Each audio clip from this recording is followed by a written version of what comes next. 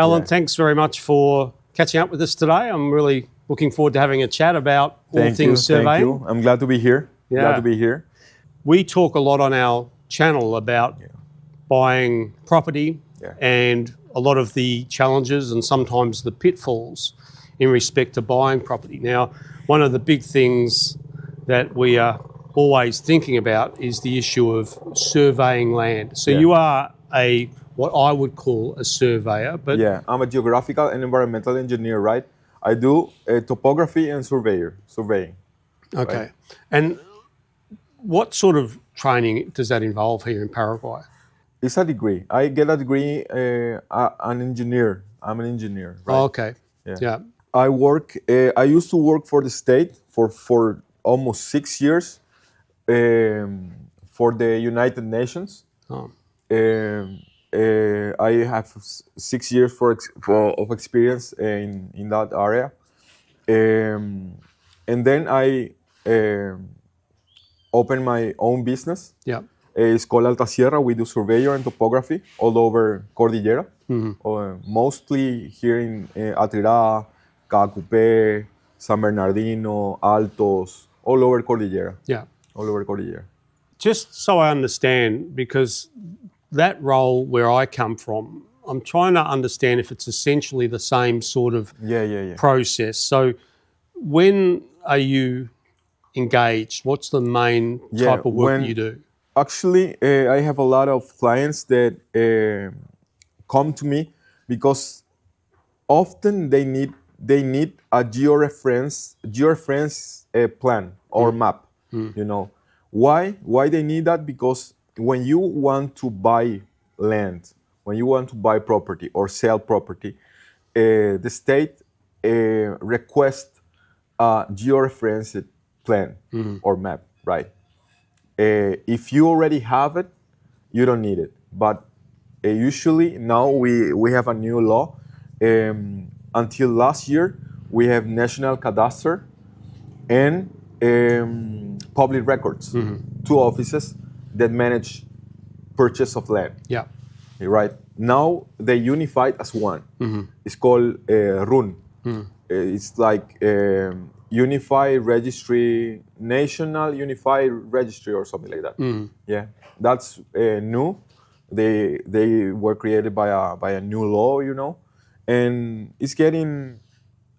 The general idea is to make everything related to land easier to buy, to purchase, to divide land, you know. That's when I enter in the whole circle of land, right? Sure. I have to go to the property. They hire me. I have to make a geo-reference plan or map. They hire me. I go to the property. I go with my GPS. I measure all the land. Like all the polygon, the corners of the property, all the corners of the property. We take the coordinates, and then we make an inform.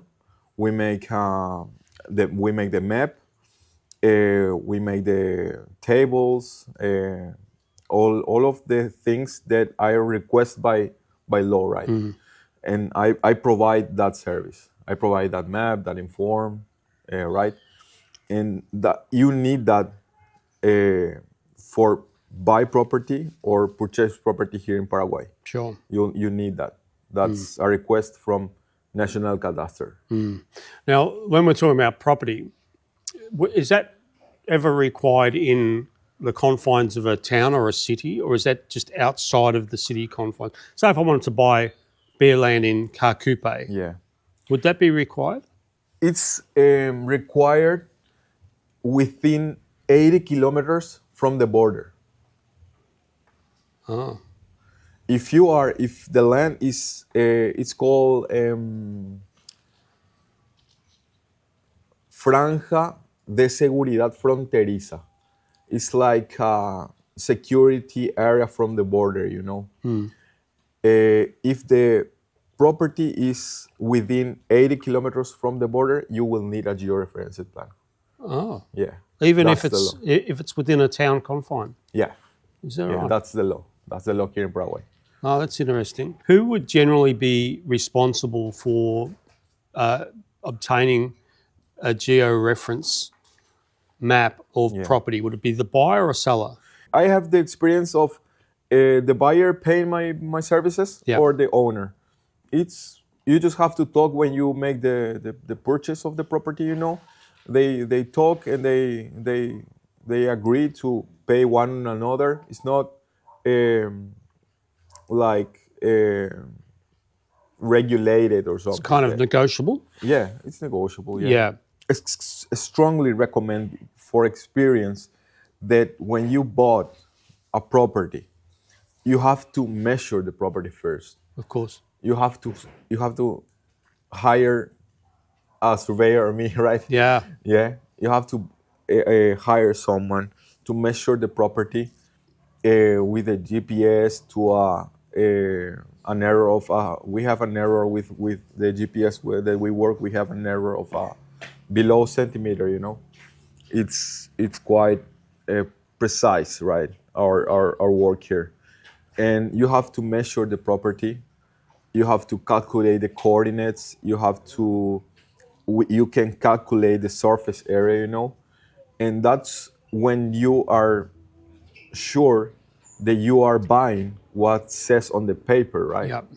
That's very, very important because I see in my experience that you see in the ownership title, you know, that says, for example, that the property has 1 hectare or something, or 10,000 square meters, right?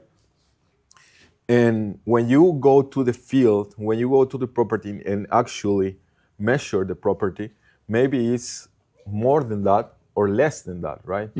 And that's why when you get sure that what you are buying is what it says on the paper, right? Of course. I strongly recommend measure the property first. And one of the things that I explain to people to be cautious about is if they look at a property and they're shown a map of sorts, sometimes it can look quite official, but it doesn't necessarily mean that it's an official geo-reference map from a professional. Yeah. And that's something that you commonly see here in Paraguay, isn't it? That you'll have a seller that will seem to have a legitimate map. In respect to a surveyor, if I was to engage you or another surveyor, Yeah. what can I do as a consumer to ensure that you are legitimate, that you are a person that's... A proper licensed professional, Yeah. right? Yeah. Actually, we have here in Paraguay to practice my profession, the profession of a surveyor. We have 3 documents, you know, right? Yep. One provided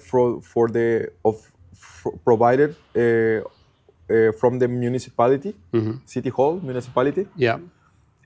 Another one that's to work in the city that you want to do the job, right? Yeah. The work. Okay. Another one is provided by the Ministerio de Obras Públicas, that is like Ministry of Public Works or something in English. And another document that we have to have is one provided by a Ministry of Justice, Ministry of Justice. Yeah, yeah. We have 3 documents that obviously I can show you. We have numbers. You can look me up online on the website of National Cadastre. That you look me up with I can provide you with my credentials, and you look you look my number. That it will appear you my number, my profession, the number of my credentials. You will be see online on the website. Then I'm registered to do the work, right? Well, that's really valuable information. Yeah. That there is a way to independently verify that you're that professional. That's incredibly important. Yeah, there is a lot. Sadly, there is a lot of people that are not properly registered with on the offices that control that See. area. See. Maybe it happens all over the world. That Yeah. someone doesn't go to Of law course. school or Yeah. medical school or whatever, Yeah. and wants to do that Yeah. work, right? Yeah. Yeah. So that's how to verify a professional. How do I identify that a map is a legitimate official geo-reference document? Does it have certain elements to it that I should look for? Yeah, actually, I'm used to provide satellite images of the Okay. property, right? Yep. I send that to my clients, and usually I show them the satellite image of the property, and they can see their house, they can see the house, the fences, right? Yep. They can see the perimeter, the area, and that's why you can make sure that the map is according to the topography and land of the territory, right? Yep. Yeah. Yep. So in regards to a geo-reference process, does that have an expiry date? So if I want to buy some land down the road Yeah. and someone shows me the documentation, firstly, what would they show me? Is it a document of sorts? And secondly, does that have to be conducted within a certain period of time to be valid? Yeah. Actually, for example, now with the new law that I mentioned before, the Unify Registration Agency, since January, the general form or ways to make a geo-reference plan changed, right? They ask you more things now. They ask you more coordinates. They want to make you a location map in the corner. They ask you to geo-reference the whole piece of land that you're working with a main street or bridge or something that it's important, right? And it doesn't have an expiration date. Once you register the georeference pub with the cadastre, national cadastre, right? It's online. You can watch it wherever you are. You can put the number, the registration number of the property online, and you will see a satellite image of it. That's why we make the georeference pump, so it's in the system, right? Yeah. So you are in Spain or in the UK and Canada or wherever, you can go online. They provide you with a registration number of the property. You put the information and you will see what you're buying, right? Each property here in Paraguay has two identifiers. One is called number of, we say padrón, padrón, number of padrón here. And the other number is the matrícula. Matrícula. There are two numbers that a property has here in Paraguay. When you want to watch if a property already has a georeferenced map, you have to go online and put this number, this padrón. Sí. You have to put the department, let's say Cordillera, the city, let's say Atira, and I don't know your number of padrón, right? But you put, for example, 1, 2, 3, 4, 5. And online, you will see who's the owner of the property, how much surface area it has, the worth of the property. You will see the map of the property. Okay. You can put the satellite image of it, and you will see the property, how it looks exactly, right? And how long has this been implemented in Paraguay? The process of having basically digitalized Yeah, it's been maps around and from like details. 2013 or something. They starting to make that. They starting to digitalize the national cadastre, right? Yeah. And before that, it was paper. It was all on paper, yeah. And the paperwork in regards to properties pre the digitalised date that commenced, those documents, were they held in a central place, like in Asunción, or were they held only in the departments? You mean the plans that make before 2013? Yeah. Yeah, there is a national cadastre agency. Now it's called, how I say to you, it's called RUN now. They might have the information, but that is why created the new agency. So eventually we can make, or they can make with the help of us, a national cadastre. Yeah. Have everything online, digitalized, all the information of all the country. That would be the ideal thing, right? Yeah. We hope to reach that level. Maybe in Europe has it, yeah. Yeah. And we don't have it. We don't have yet a national cadastre. When you go online, you will see a lot of blank spaces. That's information the state doesn't have it digitalized. Yeah, but moving forward, obviously, that's what this whole thing is about. Is to have standardizing everything, to know everything, and so if you have how we study in college, how a professor used to say, you can't control what you don't know, right? So you have to know what you have to have control over it. Yeah. Another thing that I wonder, when you have a geo-reference process conducted, does it in any way analyse the area for things like flood risk? Yeah, actually, when we make a geo-reference map, we don't take that. We don't do that work, right? But if they want to know if there is flood risk in a property, we can make that work. That's another work that we provide, another service that we provide. We calculate the, how do you say in English, contour lines, I think. See. Contour lines. Yeah.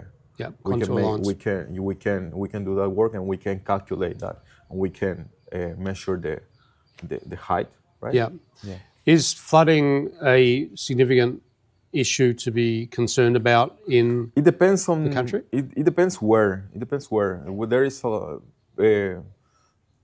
areas like arroyos y esteros, for example, here in Cordillera, there is a lot of flood risk. Here in Cacupe, we don't have it. Here in Atira, you will tell me better than me, right? I hope so. Yeah, my understanding is the flooding in this area has been mainly around the streams, the arroyos, but it hasn't been anything of great significance. Exactly. It is more significant in areas near to rivers or something like that, right? Yeah. So here in Cordillera, we don't have so many issues with flood risk, Yeah, water seems to sort of take care of itself pretty well here. Yeah. So if I'm a person that's just recently arrived here in the country and I'm looking to buy some land, even considering it, what's your best advice to me as a newbie? Actually, with our business here in Paraguay, we provide a few services, right? Besides of the surveyor. First of all, I strongly recommend to measure the property, to go over the perimeter, calculate the surface area, get the coordinates of the place, hire a surveyor to do all the calculates, watch if there is no, so you can see if there is no overlap with another property, that everything is okay. Yeah. And register that map on the national cadastre, right? Yeah. So cadastre will make you will give you the guarantee that everything is all right, that everything is okay with the property. Another thing is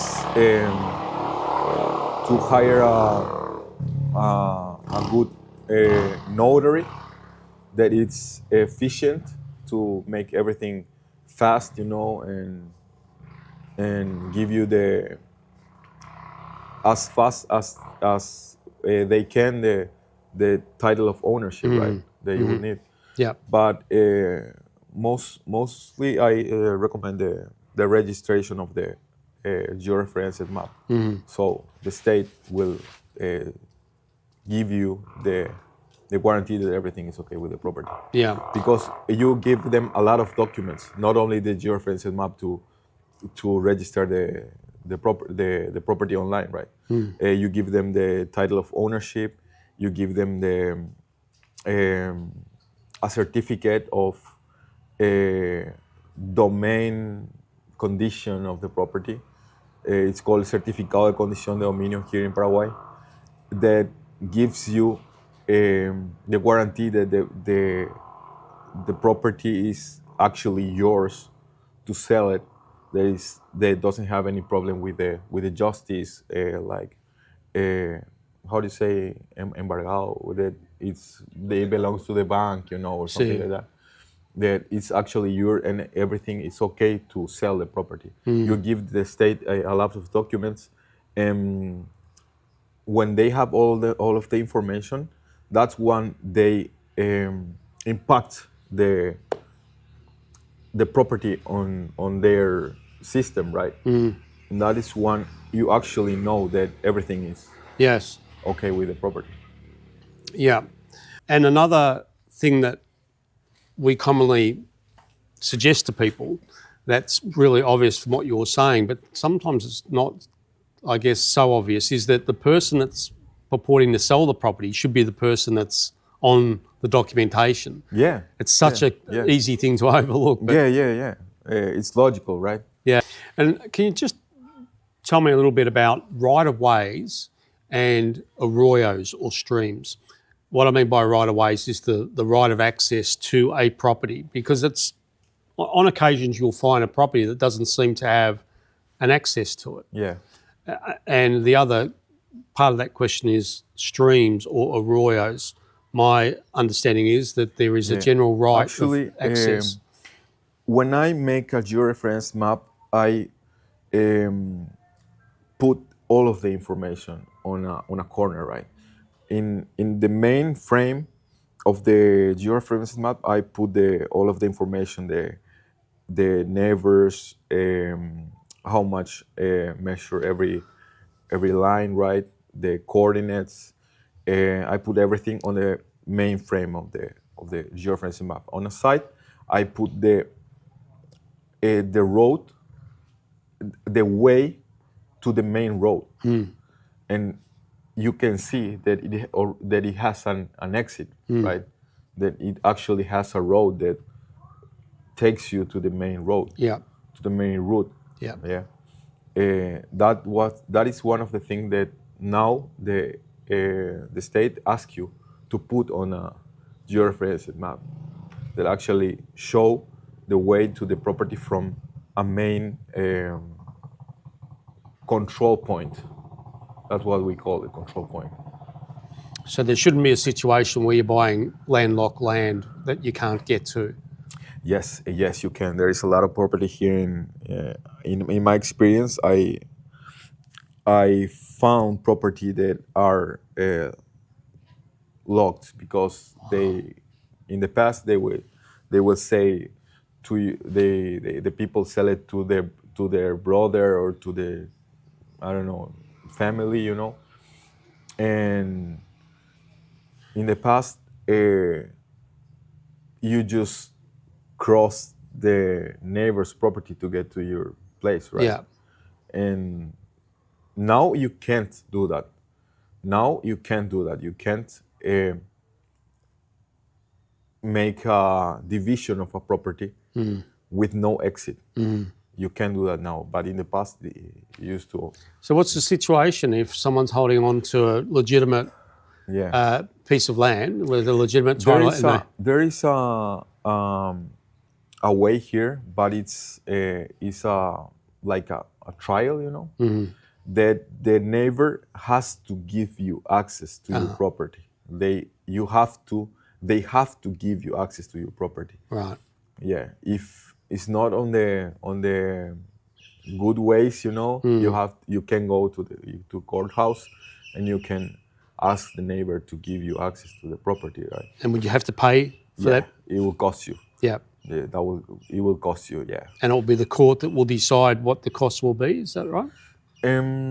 Actually, you have to pay a lawyer. You have to pay the judge have to come to the property.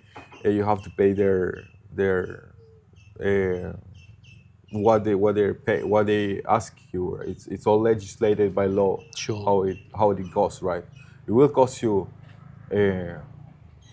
not a lot of money, but it will be a headache, you know. Yeah.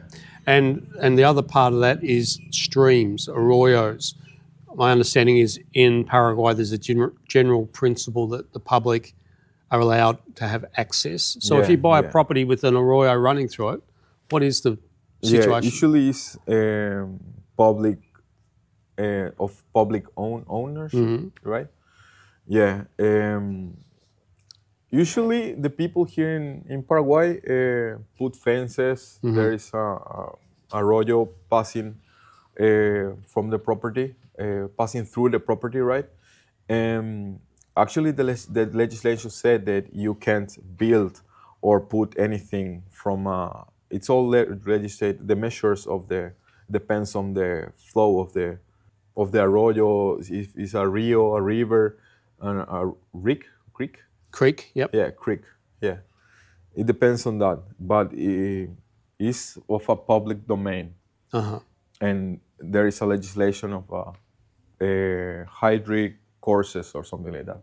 Okay. Yeah, there is a whole legislation about that. Yeah. Here in Paraguay. Can you tell me what are some of the main problems that people have?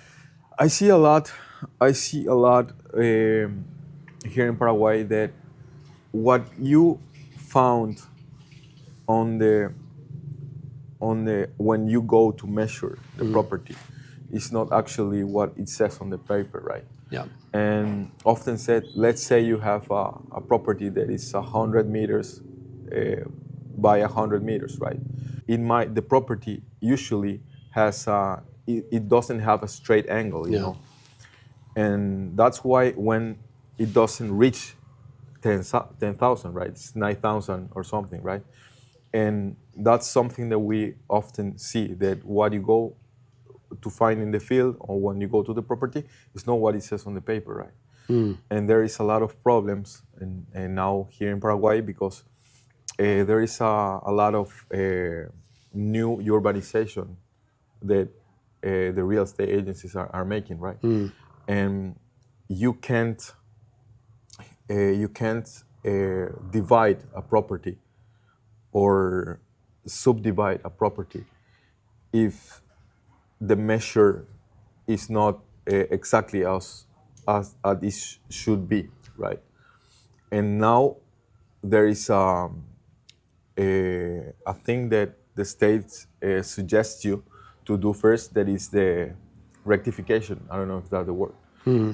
To hire a surveyor, hire a lawyer, and modified the title of ownership as actually supposed to be, right? Right. And what's the general attitude from the authorities in regards to the process of subdivision, at least let's say in the area that you're familiar with? Is it generally permissible to buy a piece of land and subdivide? Yeah, it has to have at least 360 square meters. At least that is the less that it has to have, and that's no problem. You hire a surveyor, measure the whole property, and locates what you are going to buy, right? And that's no property. goes to the municipality of the city that where is the work, and then it goes to cadastre, and then it go to public records. Then now it's run, how I tell you before, right? Does it ever happen that the authority will deny a subdivision? If everything is all right and it's according to the legislation, to the law, it shouldn't be any problem. It's no problem. I do it a lot. Yeah. And another thing that I think we discussed recently was the process of unification. Yeah. Can you tell me about that? Yeah. The unification process is we don't usually do that, but we already do the process. It's when you have when you bought, for example, you go to a real estate agency, you bought 4 lots or 6 or something like that, and you want to unify. When you have 4 lots, you will have 4 padrones, right? 4 matrículas, and you will be paying taxes for each property, right? Mm-hmm. Different taxes for each property. Yeah. When you unify as one, you will have 1 padrón, 1 matrícula, and you will be paying less than you were paying when there were 4, right? Mm-hmm. That's why you make the unification. I find that's very interesting proposition because in Paraguay we have many subdivisions, many developments of property that's been divided up into 360 square metres of land.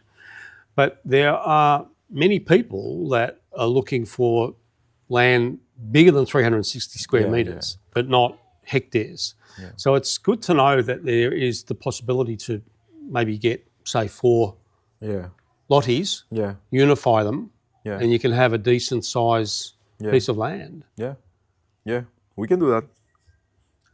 Yeah. With these things in mind, I would contend that Paraguay presents a pretty solid option for development, investment, because with the digitalised processes along with the acceptance of the process of subdivision and unification, if you come to a place like Paraguay, these are things that, say where I've come from, it's getting near impossible now to get a bigger piece of land and subdivide. Certainly you wouldn't readily be able to unify it. Yeah. So I think that outside of Asunción, there's some real reasons to be optimistic about potentially coming and perhaps investing here. Yeah, we are from Cordillera. I grew up here, and I personally, it's just a personal opinion, right? I don't like Asunción. It's too much for me. There's a lot of people, a lot of traffic. Personally, I don't like it, right? I prefer this, I prefer this. Being here outside. I really like Cordillera. I like Guairá. I like Itapúa. I think there's a lot of reasons to be optimistic about living outside of Asunción because quite often what we find that people come to Paraguay and they're pretty much Asunción centric. There's a lot of talk about Asunción and investing in Asunción, and it's what they are selling to the other countries. And I try and encourage people to at least consider other options because there's reason to be optimistic about. And I thank you potential. to show that it's more things in Paraguay than Asunción. Yeah, it's quite beautiful here in Paraguay. I love it. Yeah, and the other, I guess, thing that people sometimes worry about, which I think they need not, is the place is going to get overdeveloped by foreigners. And Paraguay is a very big place. Yeah. And outside of Asunción, there's still expanses of land that are yet to be developed or in any way lived on. So I don't think there's a concern to be had about that. But, things need to be done, I guess, with a degree of caution, and, people need to be mindful about the way that they're doing it. But my opinion about the way that Paraguay's been developed is the lotification is not ideal. So many 360 square metre blocks. I think that personally I'd like to see unification, for example, become more common, where people take a number of blocks, put them together and make them a reasonable bit of land. I think that's the thing with the 360 square meters is usually for the people here in Paraguay, right? If, for example, I'm an employee and I want a place to make my house, and it's actually very popular to the Paraguayan to buy a lottie or two, right? Tops, right? Yeah. You will have your house, you will have a place to build your house, and it will be a good place, right? But I understand that it's not ideal for the people outside. Right? They want a place like this, I don't know, half hectare, 4,000, 2,000 square meters, a bigger place, right? Yeah. And those lotties have been created, or at least have a lot of interest from Paraguayans, because they are a form of currency, or at least a place to park your money, to land bank. And I understand that, but I also think that the country may evolve in the way that it thinks about developing property. We are working, when we were talking the other day, you give me a few ideas to think about urbanizations that will provide services and bigger places that can be better for the people outside of Paraguay, right? Yeah. What you're saying, I guess, is what we're discussing about, which was to think about developing spaces that are more attractive to people coming in, for example, but also it would be very attractive to people living here, just a different way of thinking about how to take a big piece of land and utilise it. To be more attractive to the foreigners, right, that they are coming, and showing to them that we have a nice place here with a good, they will give you a good quality of living life, right? Yeah. Because I guess that's early stages for Paraguay in terms of the division of land. And in the early stages, you can see that it's been very much just a process of dividing up the land into 360 square metre blocks. But as the country evolves, it will become, I guess, more flexible and provide better options where people want half a hectare or 2,000 squares or 1,000, whatever it is. Yeah. Apart from what we've discussed, are there any other things or services that you can offer or provide people in regards to property? We also are in the environmental part that actually that is when you make an urbanization or something like that, you have to have permission from the state to make modifications in the area. If there is a forest or something like that, or there is wood, and there is a creek or a river or something like that, you have to the state have to give you permission to make modification in the space, right? That's another service that we provide on the environmental issues. With the environmental issues, we make the work to register the future project with the state, right? And they gives the permission to make the project that you will want, right? And that's pretty much. We make unifications, subdivisions, urbanizations, geo-referencing map. That is the thing that we do the most, right?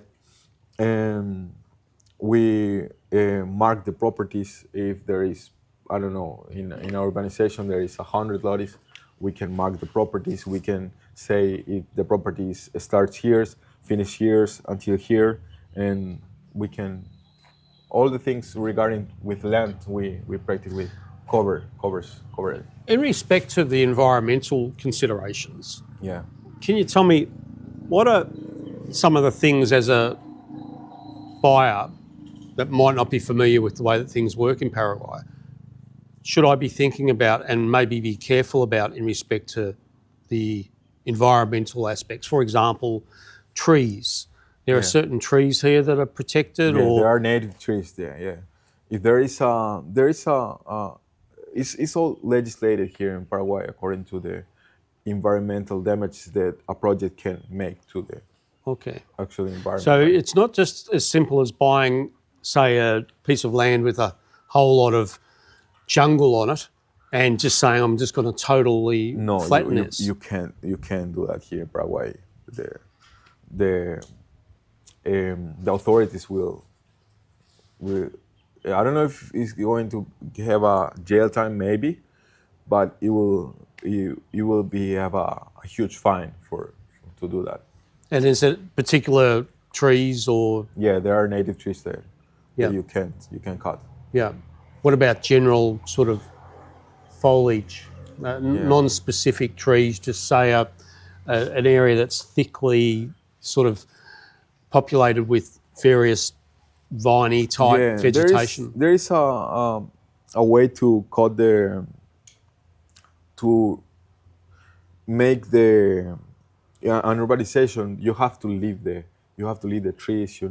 Maybe you can cut just give you a nice look to the public. But you have to leave the trees, the native trees. Yeah. You can cut it. And what other sort of environmental things should I be looking out for as a potential risk as an investor? I don't know if there is a risk regarding to the environmental issues, right? I don't know. Maybe if you have maybe a company that pollutes the environment or something like that near you, right? Yeah. That will be a problem, to the place where you are trying to buy something. Of course, right? Yeah. So in summary, there's a lot to think about and a lot to know, and it just underscores what we always talk about, and that is when you come to a place like Paraguay, you've got to find people that know what they're doing. So I appreciate your time, and anyone that's looking to purchase property around Cordillera, but do you do other parts of the country? Yeah, we go all over the place. We go all over Paraguay. Cool. Yeah, a few days ago I went to Pedro Juan Caballeros up north. Yeah. It's like 1,000. We make 1,200 kilometers in 2 days. Cool. Yeah. Yeah, you're a good man to know. So I recommend anyone that's looking to buy property, hit up Alan and at least get some initial advice. It's invaluable. Yeah, we can help you guys. Yeah, man. Yeah. And I think just in closing, my opinion about Paraguay is that it's a fantastic country with a tremendous amount of potential. Yeah, and I think that too. Yeah, and just looking at the activity, the building activity, and just the vibe outside of Asunción, I don't think there's ever been a better time to be looking this way, at least considering it, if you're looking to maybe put some roots down here. And thank you for promoting our country. It's we love it. We love it here. Oh, thank you for having us. Cheers, man. Thank you. Yeah. Thank you, Adam. Until next time, take care. Yeah. Ciao. Thank you. Smoking room.